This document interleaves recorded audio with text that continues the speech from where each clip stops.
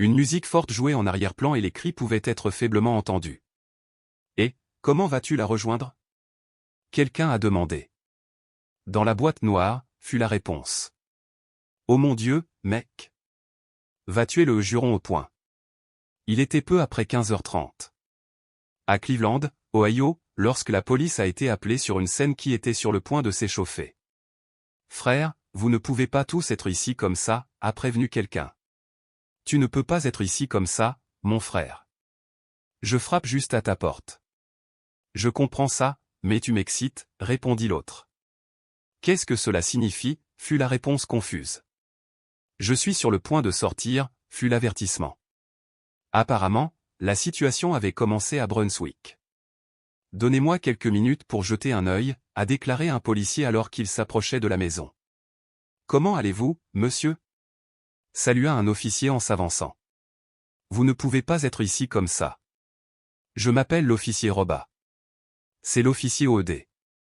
Juste pour que vous le sachiez, tout est enregistré. » « Écoutez » a répondu la personne, « éteignez ces caméras, s'il vous plaît. » Les agents n'ont pas bougé. « Eh bien, que se passe-t-il » a demandé l'un d'eux. « Pouvez-vous s'il vous plaît éteindre les caméras » demanda l'individu, visiblement nerveux. « Tu dois me donner une raison, et je ne peux pas. Vous faites en sorte que mon spot soit chaud » a expliqué l'homme. « Je travaille pour vous les gars. » Il était visiblement agité. « Pour faire court, je travaille pour vous les gars. S'il vous plaît, sortez. Vous faites exploser la place. »« Pour qui travaillez-vous » a demandé l'un des officiers. « Je ne peux pas vous le dire » a répondu l'homme. « Pourquoi » demanda l'officier. « Parce que je n'y suis pas autorisé » a déclaré l'homme. « D'accord, alors comprends ça » a-t-il ajouté, la frustration grandissant. « Nous avons un appel ici, monsieur » a expliqué un officier. « Laisse-moi te dire pourquoi nous sommes ici, et ensuite nous partirons. Cela pourrait n'être rien. Je ne sais rien de toi. » L'homme semblait de plus en plus agité. « Très bien, je dis juste que tu ne peux pas être ici. Tu rends ma place chaude. » La situation était tendue, les policiers tentant de rester calmes, mais l'homme a refusé de fournir plus de détails. Il était clair qu'il n'allait pas coopérer facilement. Delent Edmund Guiget, l'homme de 31 ans soupçonné d'avoir gardé une femme attachée dans son sous-sol, semblait bien plus préoccupé par son rôle d'informateur confidentiel que par l'enquête policière. Les échanges se sont poursuivis, l'homme insistant sur le fait qu'il n'était impliqué dans rien d'illégal. « Il n'y a personne attaché dans le sous-sol » a-t-il déclaré fermement, refusant à plusieurs reprises les demandes des policiers de fouiller son domicile. La police n'a pas été convaincue, mais il a affirmé qu'il faisait simplement son travail, même si sa réticence à coopérer évoquait des soupçons. « Je ne peux pas vous dire pour qui je travaille » a-t-il ajouté. « Je suis un informateur confidentiel. » Il est devenu de plus en plus sur la défensive lorsqu'on l'a interrogé sur la situation. « Vous êtes sur écoute en ce moment » dit-il, visiblement frustré. « Pourquoi ne pas simplement nous laisser regarder » a insisté un officier. « Parce que je le dis » répondit Guiget avec dédain, d'un ton aigu. Au fur et à mesure que l'enquête se poursuivait, la tension entre Guiget et les policiers n'a fait que s'intensifier. « Quelles sont les trois filles » a-t-il crié lorsque les policiers ont fait référence à un incident antérieur. « Je ne les connais pas, mec. » La situation est devenue encore plus compliquée à mesure que les policiers tentaient de le raisonner. Ils ont expliqué qu'ils ne pouvaient pas partir sans vérifier. « Si nous nous éloignons et qu'il y a vraiment quelqu'un ligoté, qu'allons-nous faire » a demandé un officier. Guiget est resté peu coopératif. « Il n'y a pas de problème » a-t-il déclaré catégoriquement. « Je ne te laisse pas entrer. » Après quelques échanges, les policiers ont réussi à appeler rapidement le détective chargé de l'affaire. Le sous-sol était vide, mais les agents n'étaient pas convaincus. Guiget a continué à insister sur le fait qu'il ne se passait rien d'illégal à son domicile, même si les policiers devenaient de plus en plus méfiants. Plus tard dans la nuit, un autre informateur a raconté une histoire effrayante. Elle a parlé d'une personne nommée Benny, qui aurait été impliquée dans les activités criminelles autour de la maison. Selon elle, c'était Blessed qui dirigeait l'opération de drogueur de la maison, et les choses étaient plus dangereuses que quiconque ne l'aurait imaginé. Blessed a fait ses devoirs et a découvert que Dante essayait de le piéger, a-t-elle déclaré, visiblement anxieuse. C'est lui qui sert la drogue là-bas. Il possède la maison. Elle a décrit une étrange rencontre plus tôt dans la journée. Je me suis réveillé vers 6 heures ce soir. Il m'a appelé et m'a dit, je veux que tu viennes. Je veux te parler. Les détails continuaient à se dévoiler, mais il semblait que les officiers n'avaient fait qu'effleurer la surface de la situation complexe qui se déroulait autour d'eux. Il semblait que c'était moi qui essayais de le piéger parce qu'ils avaient des soupçons. Mais je suppose qu'il a fait ses devoirs. Il travaillait soi-disant avec un de vos détectives, et ils lui ont dit que j'essayais de le piéger. Alors, hier, il est venu et sa petite amie, qui était noire, était là. Ils l'ont ligoté, battu, poignardé et tué. Il m'a même montré des photos. Il lui a fait écrire 1000 fois « Je suis un rat. Je suis un vif d'or ». Il lui a fait l'écrire encore et encore. Là où il l'a assassiné, il a arraché le sol près de la cheminée, arraché les carreaux et m'a dit que je devais le repeindre. Je n'avais pas le choix, il veut que je le peigne demain. Il me racontait aussi toutes ces choses à propos de mes piercings, comme si je devrais être un peu plus dur. Il m'a dit qu'il l'avait mise au sous-sol. Mon ami Cathy l'a vu là-bas et a appelé la police.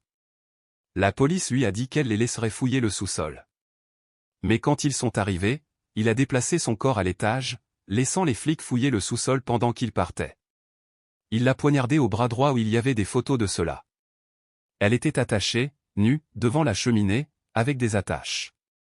Vous pouvez la voir écrire avec un crayon et du papier. Il l'a tellement battue qu'elle ne pouvait plus ouvrir les yeux. Il a continué à lui donner du crack pour la maintenir en vie, mais il l'a battue pendant 3 heures avant de la tuer. Quand je lui ai demandé pourquoi il avait fait cela, il a répondu « Je te fais confiance ». Il n'a pas expliqué pourquoi.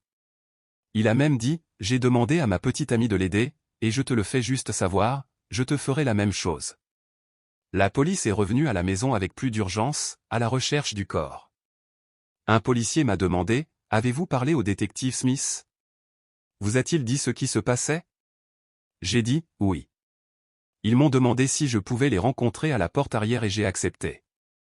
En entrant, l'un d'eux a plaisanté « Si cette nana est là-dedans, elle va peut-être partir, mais ce n'est pas grave, n'est-ce pas ?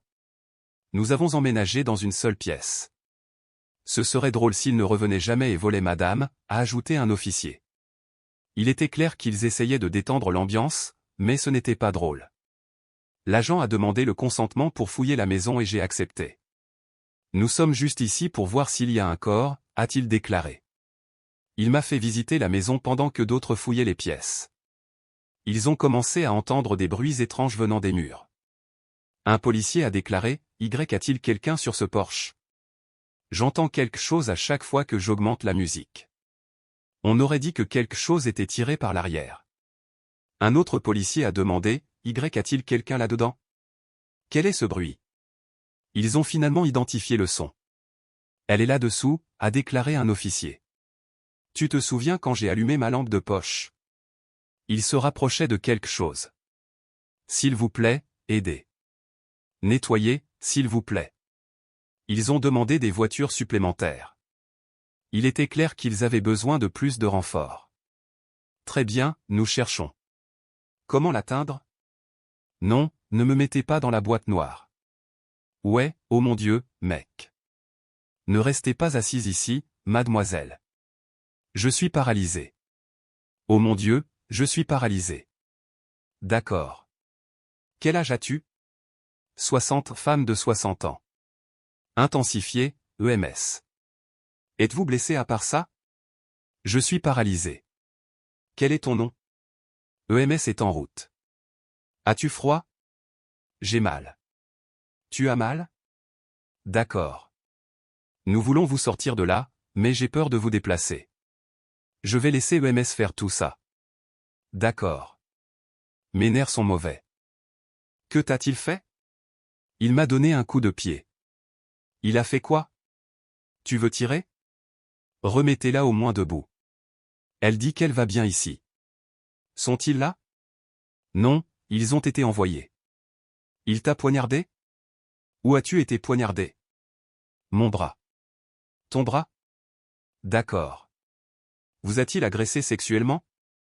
Non, d'accord. Savez-vous depuis combien de temps vous êtes ici ? Est-ce juste un jour ? Ouais. Delante est placé en garde à vue tandis que la victime est soigneusement transportée à l'hôpital. Dell raconte les détails horribles de ce cauchemar comme si c'était juste un autre jour. Il dit, je n'allais pas la tuer. Je l'ai nourrie et vous savez ce que je dis. Mais je ne peux tout simplement pas la laisser dehors. Je travaille avec le détective Smith pour essayer de lui procurer 10 fusils, 5 AK, 4 Glock 3 qui sont censés aller dans la vallée la semaine prochaine. Il poursuit, j'essaie de lui faire prendre 6 onces de coca et de crack par jour. J'essaie de lui faire décrire les onces par jour. Mais j'ai découvert que la dame dont je m'occupais chez moi est un rat. Si elle retourne dans la rue, exposée, elle mourra. Je sais que c'est mauvais. Je comprends.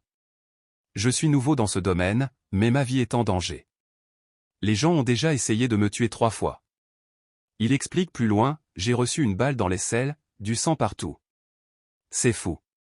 J'avais l'impression que j'allais mourir si je ne la tenais pas dans mes bras pendant environ 2 jours et ne lui disais pas ce qui se passait. Sinon, elle serait morte. Dell partage ensuite plus de détails, ouais, lundi, elle s'est donné un coup de pied, cool, calme, sereine. Manger, me mentir. C'est comme ça que ça s'est passé. Je m'excuse. Je ne veux juste pas mourir ici dans ces rues avec ces drogués. C'est sérieux. Dell admet qu'il essaie de conclure un accord, je n'arrête pas de leur dire que je dois parler à un caporal. Mettez-moi seul dans une pièce. Par exemple, il y avait 50 voitures devant ma maison. Je ne pense pas que les rues parlent comme ça. J'ai l'impression d'être en danger. Il réfléchit à son passé violent, j'ai reçu une balle, j'ai vu du sang. Les gens veulent ma mort. Mais je ne lui ai pas fait de mal. Je l'ai juste frappé, je l'ai giflé, je l'ai déplacé, je l'ai nourri, je l'ai douché, je lui ai donné de l'eau, je lui ai mis une couverture. Je vous dis juste la vérité. Le policier continue de demander, est-ce que vous lui donniez de la drogue? Dell répond rapidement, pourquoi devrais-je lui donner mes médicaments? Dell décrit comment la situation a dégénéré, elle n'a nulle part où aller. Elle demandait juste pourquoi. Elle n'arrêtait pas de dire, je ne le ferai plus. Je ne le dirai jamais. Je mérite ça, mais je ne le dirai jamais. Plus tard, il essaie de conclure un accord avec les autorités, se moquant d'elle, mec, j'ai failli m'enfuir. Les flics sont horribles. Je suis habile, mon garçon. Je ne me vante pas, mais je m'en suis sorti. Malgré sa bravade, Dell réalise la gravité de sa situation. J'essaie d'aider. Je sais que j'ai des ennuis, mais après avoir fait ces arrêts, le juge comprendra. Vous savez ce que je dis? J'ai juste besoin de rentrer chez moi. Mais la maison est le dernier endroit où va cet architecte de la terreur. Delante Edmond Guiget a plaidé coupable de voies de fait, d'enlèvement, de falsification de preuves et de possession d'armes en état d'invalidité. Il a été condamné à 16 à 20 ans de prison.